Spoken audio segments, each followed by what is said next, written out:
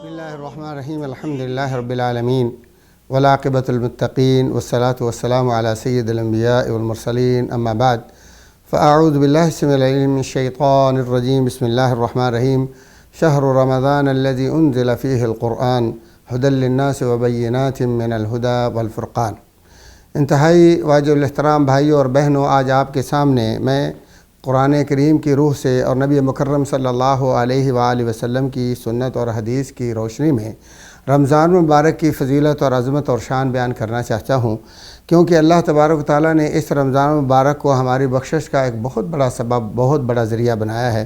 اور اس رمضان مبارک کو شہر الصبر بھی کہا گیا ہے کہ انسان اس سے صبر کا جو ہے وہ ٹریننگ لیتا ہے، صبر کی تعلیم لیتا ہے، سبق حاصل کرتا ہے، اور اس کے اندر بردباری کا سبق ملتا ہے، اور یہ شہر التوبہ بھی ہے۔ انسان اس کے اندر جب آتا ہے تو اس کے روزے رکھتا ہے اور اس کا قیام کرتا ہے، اس کے اندر تلاوت کرتا ہے اور جود و سخا کرتا ہے، تو اس کا دل جو ہے مائل ہوتا ہے اللہ تعالیٰ کے خوف سے، اور وہ توبہ کرتا ہے اور اپنی زندگی بھر کے گناہوں کو معاف کروا لیتا ہے۔ اور یقیناً رمضان مبارک کا مہینہ اس قدر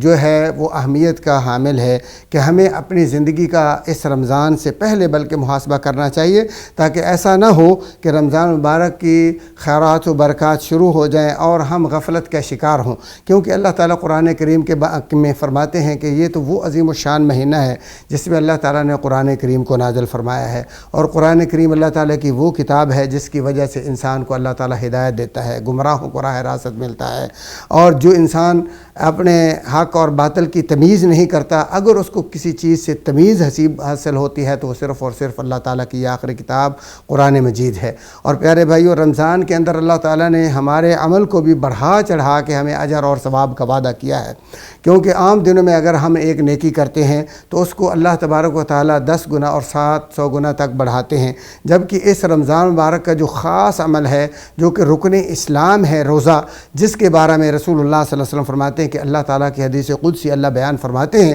کہ میرے ہر بندے کا جو عمل ہے اس کے لیے ہر عمل اور ہر نیکی کا اجر اور ثواب میں نے 10 گنا اور پھر 10 سے 700 گنا تک بڑھایا ہے، مگر فرمایا کہ جو رمضان کا روزہ ہے اس کا اجر اور ثواب میں خود دوں گا، کیونکہ اس میرے بندے نے اپنی تمام تر شہوات کو کھانے اور پینے اور آرائش اور آرام کو میرے لیے چھوڑا ہے۔ جب میرا بندہ میرے لیے اتنی قربانی دیتا ہے، میرے ساتھ اتنا خالص ہے، تو اس کا انعام اور اجر اور ثواب بھی میں بذات خود دوں گا۔ تو آپ دیکھیں کہ دنیا کے اندر جب کوئی انعام دینے والی شخصیت ہوتی ہے، آپ کا استاد اگر انعام دیتا ہے تو آپ کی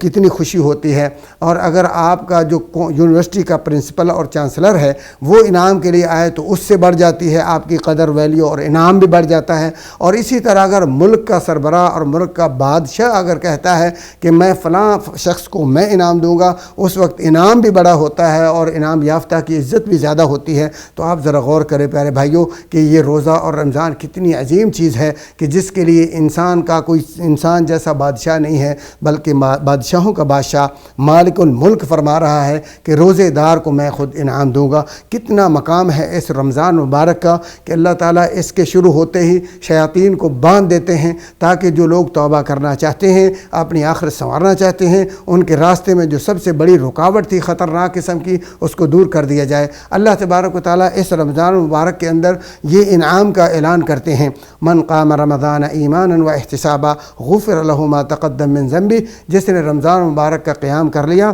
اللہ تبارک تعالیٰ کے ساتھ ایمان اور امید ہو کر، اللہ اس کے زندگی کے گناہوں کو معاف فرما دیتے ہیں۔ اور اسی طرح فرمایا جو پورا قیام امام کے ساتھ تراویح کرتا ہے، امام سے شروع کرتا ہے، امام کے ساتھ ختم کرتا ہے، تو اللہ تبارک تعالیٰ رات کا اس کو اجر اور ثواب دیتے ہیں۔ اللہ تعالیٰ سے دعا ہے اللہ رب العزت مجھے اور آپ کو رمضان کی قدر کرنے کی اور اس کے اجر اور ثواب کو سمیٹنے کی توفیق عطا فرمائے۔